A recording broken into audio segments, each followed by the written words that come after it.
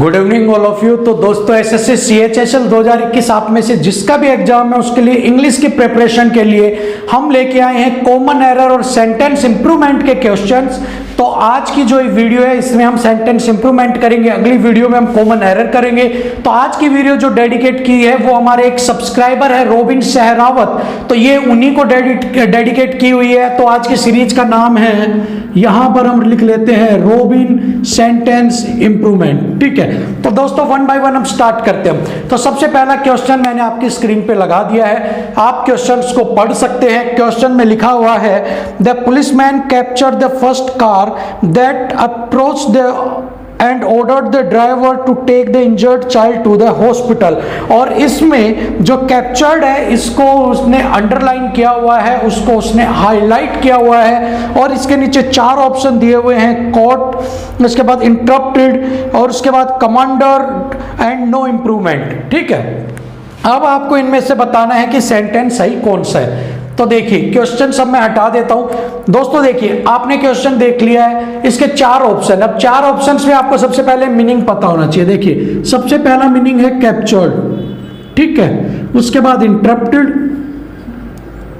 आपका इंटरप्टेड हो गया, उसके बाद आपका है कमांडर, ठीक है।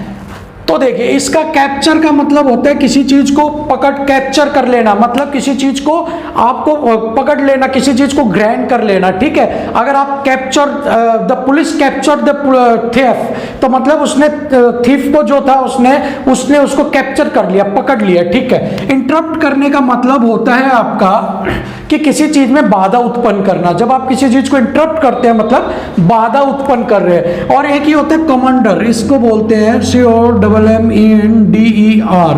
ठीक है, कमांडर जब ये आपका बन जाता है इसका मतलब होता है कि आपको फोर्सफुली किसी को ऑर्डर देना, फोर्सफुली किसी को ये कहना कि आप ये काम करो और आपको ये काम करना ही है, उसको बोलते हैं कमांडर। तो उसका मतलब होता है फोर्सफुली ऑर्डर देना। तो पुलिस यहां पर एक गाड़ी वाले को रोकती है और उसको ऑर्डर दे रही है, कमांड दे रही है, कमांड से बना है कमांडर। ठीक है, तो जब वो उसको कमांड दे रही है, और कमांड आप हमेशा फोर्सफुली भी दे सकते हो, ठीक है, क्योंकि मिलिट्री वगैरह में ही आपको कमांड दी जाती है कि लेफ्ट जाओ राइट जाओ। तो जब आपको कमांड दी जाएगी तो उसको कमांड वो दे रहा है, उसको फोर्सफुली कह रहा है नहीं रुको, आपको जाना ही है इसको हॉस्पिटल लेके। तो इसका ऑप्शन कौन सा होगा? Option B is the right answer. दोस्तों अगला क्वेश्चन आपकी स्क्रीन पे लग चुका है, आपने उसको देखते पढ़ते हैं। He won't hear you provided you shout. ठीक है, ये ऑप्शन है unless, as long as, in case और नो इम्प्रूवमेंट। तो आइए देखते हैं। तो देखिए दोस्तों इसके अंदर चार ऑप्शन है अब आपके पास। फर्स्ट ऑप्शन है आपका अनलेस, सेकंड आपका है एज लॉन्ग एज, ठीक है, थर्ड ऑप्शन आपका है इन केस। इसका मीनिंग देख लेते हैं, कहना क्या चाह रहे हैं। ये सेंटेंस कहना चाह रहा है कि हियर यू, सुनने का मतलब आप किसी को नहीं सुनेंगे, मतलब बात नहीं करेंगे, कि वह आपसे जब तक बात नहीं करूंगा जब तक कि तुम ऐसे चिल्लाते रहोगे, या जब तक तुम चिल्लाकर बोलते रहोगे मैं तुमसे बात नहीं करूंगा। ठीक है, तो सेम इसमें अब आपको चार ऑप्शन में से इनको आपको प्रोवाइडेड दिया हुआ है, उसको आपको रिप्लेस करना है। देखिए अब सबसे पहले एज लॉन्ग एज, ये भी बिल्कुल सही आंसर है। एज लॉन्ग एज जब तक की, ठीक है, एज लॉन्ग है जब तक की, तो जब तक कि तुम चिल्ला के बात करते रहोगे मैं तुमसे बात नहीं करूंगा। तो ये सेंटेंस यहाँ पे बिल्कुल ओके फिट हो रहा है। लेकिन यहां पर एक चीज होती है, एज लॉन्ग एज जो है वो प्रेजेंट टेंस के लिए यूज होता है। ठीक है, वो जो प्रेजेंट टेंस है आपका उसके लिए यूज होता है, और प्रेजेंट टेंस यहाँ पे नहीं बन रहा है। सेंटेंस आपने देखा था, मैं एक बार दोबारा इसको लगा देता हूं। अब एक बार आप देखिए इस सेंटेंस में वो कह रहा है आपको प्रोवाइडेड यू शाउट, जब तक कि तुम चिल्लाते रहोगे। अब जब तक कि तुम चिल्लाते रहोगे का मतलब है कि वो फ्यूचर में कब तक चिल्लाता है, वो फ्यूचर की बात हो गई। तो ये देखिए एज लॉन्ग एज जो है आपका ये होता है प्रेजेंट टेंस के लिए, तो ये तो यहाँ पे नहीं होगा। इन केस का मतलब होता है कि इन केस, यदि यदि का मतलब यानी कहते हैं इन केस अगर मैं वहां चला जाता हूं, यदि मैं चला जाता हूं, ये यदि के केस में करते हैं। तो यदि यहाँ पे बिल्कुल भी सेंटेंस में कहीं भी इसको सेटिस्फाई नहीं कर रहा है। अब बात कर लेते हैं अनलेस की। अनलेस के दो मतलब होते हैं, ठीक है, एज इफ की तरह ये यूज होता है कि कंडीशन जहां भी अप्लाई होगी, जहां भी आपकी कंडीशन अप्लाई होगी वहां पर आपकी कंडीशन के लिए क्या यूज किया जाएगा, अनलेस को। तो यहां पर आपकी कंडीशन अप्लाई हो रही है कि हाँ जब तक कि तुम चिल्लाते बोलोगे, चिल्लाते रहोगे, मैं तुमसे बात नहीं करूंगा। तो यहां पे कंडीशन अप्लाई हो रही है और कंडीशन के लिए आप क्या यूज कर लेते हो, अनलेस को। तो करेक्ट आंसर क्या हो जाएगा, ऑप्शन 1 आपका करेक्ट आंसर है, अनलेस। दोस्तों अगला सवाल मैंने आपके लगा दिया है, the ship is at the anchor and the sailors are now at ease. ठीक है, ये आपने आराम से पढ़ लिया होगा। 4 ऑप्शन दिए हुए हैं, at anchor, at an anchor, at its anchor, no improvement.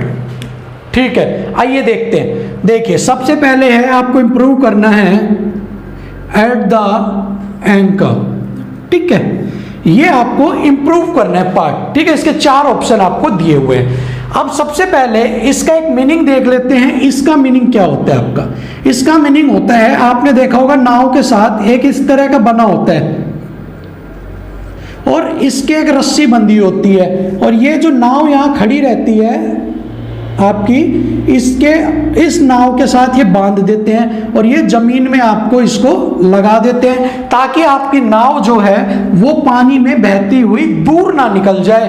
तो एंकर एक आपका कांटानुमा चीज होती है जो जमीन में उसको रस्सी के साथ गाड़ देते हैं, लगा देते हैं, जिससे कि नाव दूर जाने से आपकी बच जाए। ठीक है, इतना आपको समझ में आ गया। अब इसमें और कोई मीनिंग है तो वो मैं आपका देख के बता देता हूं। ठीक है, एट इज, ठीक है, एट इज, इसके अंदर आपको दिया हुआ है एट इज, और एट इज एक इंग्लिश की फ्रेज होती है। ठीक है, क्या होती है, फ्रेज होती है जिसका मतलब होता है कंफर्टेबल।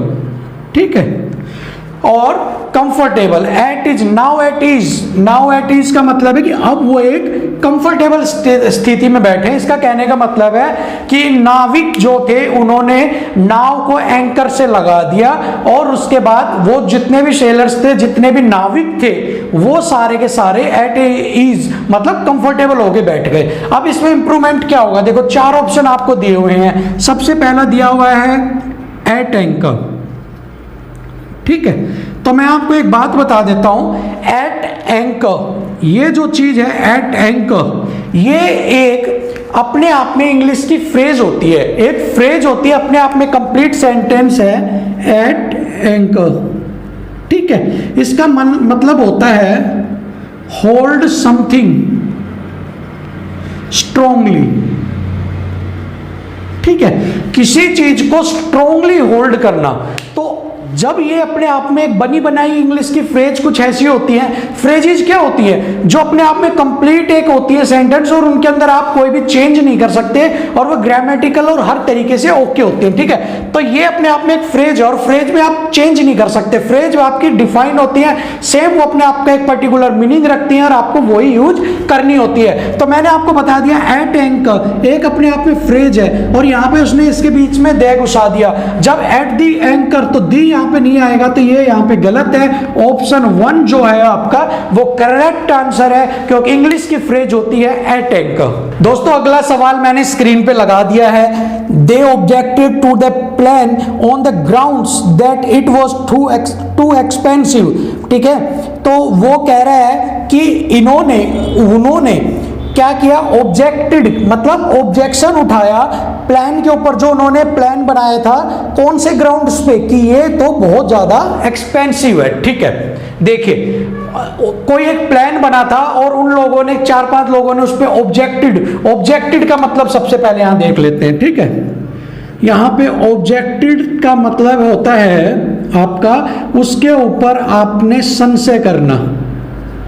ठीक है, संशय करना, आपका ऑब्जेक्ट उठाना, संशय उस पे आपने, उसके ऊपर आपको तकरार, हिंदी में अगर मैं आपको बताऊं ऑब्जेक्शन आप जो बोलते हैं, मुझे उस पे आपत्तियां, हिंदी में इसका मतलब होती है आपत्ति।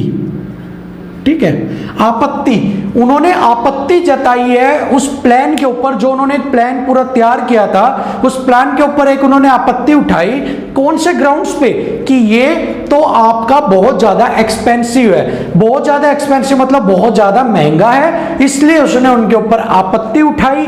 तो इसके अंदर इंप्रूवमेंट के लिए आपको 3 शब्द दिए हुए हैं। पहला रिफ्यूज, उन्होंने उसको रिफ्यूज कर दिया, they refuse the plan on the grounds, ठीक है। दूसरा है डिसएग्रीड, वो उससे असहमत हो गए। और डिक्लाइन का मतलब है उसको बिल्कुल ही हटा दिया कि हम इसको पास ही नहीं करते। डिक्लाइन करने का मतलब होता है किसी चीज को रद्द कर देना, उसको रद्द कर दिया, ठीक है। लेकिन देखो, जब भी आपको ग्राउंड्स पर, जब भी आपका कोई प्लान है और वो उसके कुछ ग्राउंड्स हैं, ठीक है, उस ग्राउंड्स के ऊपर अगर आपको कुछ ग्राउंड्स पे अगर आपको कमियां नजर आती हैं तो आप ऑब्जेक्शन उठाते हो, ठीक है। देखो, मैं आपको हर चीज की आपको बताता हूं। जो डिसएग्री होता है ये होता है कंप्लीटली, जब आप कंप्लीटली डिसएग्री होते हो तो आप यूज करते हो डिसएग्री, ठीक है। जब आपको किसी चीज को रिफ्यूज ही कर देना है कि यार मेरे को सुनना ही नहीं तो मुझे मत सुना, मैं रिफ्यूज करता हूं, तो ये यूज करेंगे। और डिक्लाइन, आपने सुना होगा पेमेंट गेटवे डिक्लाइन हो गया, मतलब उस चीज को फिलहाल के लिए आपने हटा दिया, ठंडे बस्ते में डाल दिया, तो डिक्लाइन। लेकिन जब आपको कुछ ग्राउंड्स हैं, कुछ ग्राउंड्स पे, मतलब कि पूरा प्लान तो बहुत सही है लेकिन एक ग्राउंड आपको उस पे महंगा लग गया कि यार ये तो महंगा बहुत है, तो उसके ऊपर आप ऑब्जेक्शन उठाते हो, उसके ऊपर आप डिसएग्री नहीं होते हो, ठीक है। असहमत होना, कंप्लीटली असहमत होना, और आप जब उसके ऊपर ऑब्जेक्शंस उठाओगे तो वो आप कुछ पर्टिकुलर ग्राउंड्स के ऊपर उठाओगे, तो यहां पर आपका नो इंप्रूवमेंट आएगा, ठीक है। ये चीज याद रखना, छोटी छोटी है। ये भी आपको लगेगा डिसएग्री, आप बना के देखोगे कि यार आई डिसएग्री, कि मैं प्लान से डिसएग्री हूं, लेकिन इनके सेंटेंस के मीनिंग को समझने की कोशिश करना कि डिसएग्री का मतलब होता है कंप्लीटली और ऑब्जेक्शन कुछ पर्टिकुलर ग्राउंड्स के ऊपर। दोस्तों, अगला क्वेश्चन मैंने आपकी स्क्रीन पे लगा दिया है, आप देख सकते हैं। The music show already began when we arrived in the hall, ठीक है। अब ये सेंटेंस आपको दिया हुआ है कि म्यूजिक शो ऑलरेडी शुरू हो चुका था जब हम हॉल के अंदर आए, और इसके अंदर आपको 4 ऑप्शन दे रखे हैं। हैड ऑलरेडी, ठीक है, हैड ऑलरेडी बिगन, ठीक है, हैड ऑलरेडी बिगेन। थर्ड आपका है वुड बिगेन, ठीक है, और फोर्थ आपका नो इंप्रूवमेंट। ये 4 ऑप्शन आपको दिए हुए हैं और इन चारों ऑप्शंस में से आपको चूज करना है कि करेक्ट आंसर आपका कौन सा है, ठीक है। तो देखिए, आ जाओ, अब आप देखो, ये था the music show already began, ठीक है, म्यूजिक शो ऑलरेडी बिगन, ठीक है, कि म्यूजिक शो ऑलरेडी शुरू हो चुका था जब हम हॉल के अंदर आए। तो देखिए, टेंस के अंदर भी ये चीज सिखाई जाती है आपको। इस चीज के ऊपर बहुत ज्यादा आपके एरर बनते हैं। इस चीज को मैं आपको कैसे समझाता हूं वो आप देखिए। एक इंग्लिश में बहुत कॉमन एक एग्जाम्पल होता है, देखो, the train had left when we reached the station. The train had left when we reached the station. ठीक है, कि जब हम स्टेशन पर पहुंचे तो ट्रेन जा चुकी थी, ठीक है। तो इस वाले परफेक्ट टेंस जो होता है आपका पास्ट वाला, उसके अंदर आप क्या करते हो कि आपका जो पहले एक्शन परफॉर्म होता है, जो आपका पहले एक्शन परफॉर्म होता है वो आपका पास्ट परफेक्ट के अंदर आता है आपका, ठीक है। और जो सेकंड एक्शन परफॉर्म होता है वो सिंपल पास्ट के अंदर आता है आपका, ठीक है। ये याद रखना, जब भी 2 एक्शन आपके परफॉर्म होते हैं तो पहला एक्शन जो परफॉर्म हुआ है वो ऑलवेज आपका पास्ट परफेक्ट के अंदर आएगा, दूसरा जो एक्शन परफॉर्म हुआ है वो ऑलवेज सिंपल पास्ट में आता है। एक और एग्जांपल आपको पता होगा, the patient had died before the doctor reached, ठीक है। The patient had died before the doctor reached, कि पेशेंट मर चुका था जब डॉक्टर पहुंचा। तो पहले क्या हुआ, पहले पेशेंट मरा और बाद में डॉक्टर पहुंचा। तो बाद में जब डॉक्टर पहुंचा तो सिंपल, आपको मैंने बताया था सेकंड आता है सिंपल पास्ट में, रीच्ड वर्ब की सेकंड फॉर्म, ठीक है। और पहला एक्शन हैड में, पास्ट परफेक्ट में। सेम यही आपने सेंटेंस देखा होगा, the music show already began, कि शुरू हो चुका था। तो लेकिन जब हम वहां पे थिएटर में पहुंचे तो शो स्टार्ट हो चुका था। तो पहले क्या हुआ, पहले शो स्टार्ट हुआ, आपका पहले प्रोग्राम स्टार्ट हुआ, उसके बाद हम थिएटर में पहुंचे। तो पहले वाला एक्शन पास्ट परफेक्ट में, दूसरे वाला सिंपल में। तो यहां पे पहले ऑलरेडी की जगह हैड ऑलरेडी, ठीक है। अब बिगेन, बिगेन, बिगेन, बिगन, ये पास्ट की फॉर्म होती है बिगेन की। तो थर्ड फॉर्म हम यूज करेंगे यूएन। तो इसका ऑप्शन 1 हैड ऑलरेडी बिगन, आपका स्टार्ट हो चुका था। होप सो ये आप सबको ये वाला सेंटेंस समझ में आ गया होगा। दो एक्शन जब भी पास्ट के दो एक्शन जब भी एक साथ परफॉर्म होते हैं, याद रखना पास्ट के जब दो एक्शन होंगे तो पहला एक्शन ऑलवेज पास्ट परफेक्ट में और दूसरे वाला सिंपल पास्ट में होता है। तो अगला सवाल मैंने आपके लगा दिया है, there will be black murder when she hears this, ठीक है। वो कह रहा है there will be black murder when she hears this. देखिए, तो सबसे पहले सेंटेंस को समझने के लिए आइए, सबसे पहले सेंटेंस को समझने के लिए आप ये देखिए कि ब्लैक मर्डर होता क्या है, ठीक है। कि जब उसने वो सुना तो वहां पर एक ब्लैक मर्डर जैसा हो गया, ठीक है। उसके लिए जब उसने वो बात सुनी तो ब्लैक मर्डर जैसा कुछ हो गया। तो क्या हुआ ब्लैक मर्डर, और क्या एग्जैक्टली ब्लैक मर्डर कुछ होता भी है, ठीक है। देखिए, ये सबसे पहले यहाँ पे ब्लैक को हाईलाइट किया है, 3 ऑप्शन है, रेड, पिंक, ब्लू, ठीक है। तो ये और ये, तो देखिए रेड और पिंक और ब्लैक ये तीनों गलत है, ये कुछ नहीं होता। इसकी जगह एक फ्रेज होती है ब्लू मर्डर, ठीक है। ब्लू मर्डर एक इंग्लिश की फ्रेज है जिसका मतलब होता है आउटक्राई, ठीक है। एक्स्ट्रा वेजेंट आउटक्राई, ठीक है। एक्स्ट्रा वेजेंट आउटक्राई, इसका मतलब होता है कि बहुत ही ज्यादा चिल्लाना, शोरगुल होना। जैसे कि संसद भवन के अंदर आप देखते हो विपक्षी पार्टी थपथपाती है बहुत जोर से और चिल्लाती है कि ये बिल गलत आ गया, तो वो क्या होता है, उसको बोलेंगे आप ब्लू मर्डर, ठीक है। इसको आप बोलोगे ब्लू मर्डर। ब्लू मर्डर का मतलब होता है किसी चीज को सुनने के बाद उसका रिएक्शन अपोजिट में देना आपको। कि मैंने, अगर आपने मेरी वीडियो देखी, आपको पसंद आ रही है, कुछ ऐसे लोग हैं जिनको मेरी वीडियो पसंद नहीं आ रही है, तो वो चीखेंगे, चिल्लाएंगे, गंदी पढ़ा रहा है, इंग्लिश आती नहीं है, क्या समझा रहा है, उसको बोलेंगे आप ब्लू मर्डर। तो इंग्लिश की फ्रेज याद रखना, जब भी आपको ब्लू ब्लैक मर्डर दिखे तो आपको वहां पर ब्लू के टिक करना है, ब्लू मर्डर आपका सही होता है। अगला सवाल मैंने आपके लगा दिया है स्क्रीन पे। अब वो क्या कहता है, my group of 10th graders, ठीक है, आर वेल बिहेव्ड, कि जो मेरा ग्रुप है 10th ग्रेड वाला, जो मेरे आस जो लोग हैं मेरे साथ के, मेरे ग्रेड वाले मेरे ग्रुप में, वो वेल बिहेव्ड हैं, बहुत अच्छा बिहेव करने वाले हैं, एक तरह से सभ्य लोग हैं, ठीक है। तो अब इसके अंदर क्या इंप्रूवमेंट करनी है आइए देखते हैं। तो देखिए, इसके अंदर आपको आर वेल बिहेव्ड इसको अंडरलाइन किया गया है, लेकिन अब ये सेंटेंस है किस चीज का, ये आपका सेंटेंस किस चीज को सेटिस्फाई करने के लिए मांग रहा है और इंप्रूवमेंट क्या करनी है। तो देखिए, पूरा सेंटेंस है आपका, my group of 10th graders, ठीक है, आर वेल बिहेव, ठीक। अब इसमें आप देखो, ये सब्जेक्ट वर्ब एग्रीमेंट का एक सवाल है आपका।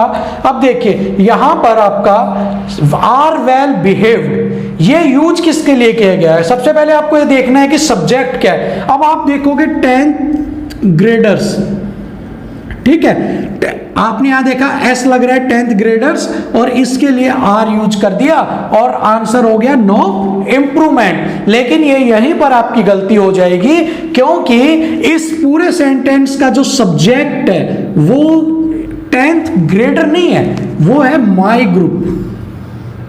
ठीक है, माई ग्रुप जो है वो इसका सब्जेक्ट है।